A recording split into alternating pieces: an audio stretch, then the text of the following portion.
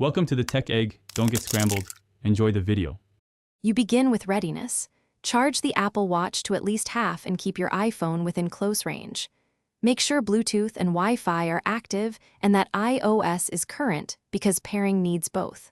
Open the Watch app on your iPhone, tap Start Pairing, and hold the phone camera over the watch's animated pattern.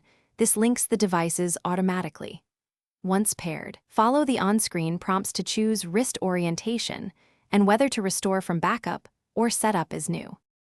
Once paired, you configure the essentials. Sign in with your Apple ID so health, activity, and backup sync to iCloud. This preserves data across devices.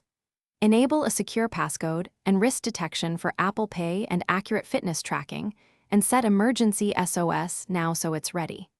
Make choices about which apps send notifications and personalize watch faces with complications that show the data you need at a glance. Take a moment to install critical apps from the Watch app so functionality appears quickly. Finish by letting the watch complete its initial sync.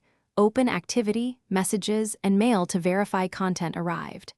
Add cards to Apple Pay in the Wallet app, adjust Siri and accessibility settings, and arrange app layout for fast access. Test notifications, make a call, and try a quick workout to confirm sensors. If something goes wrong, first restart both devices.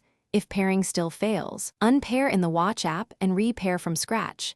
This resets the connection while preserving your backup for restore. Thanks for watching. Consider subscribing if I helped unscramble your problems.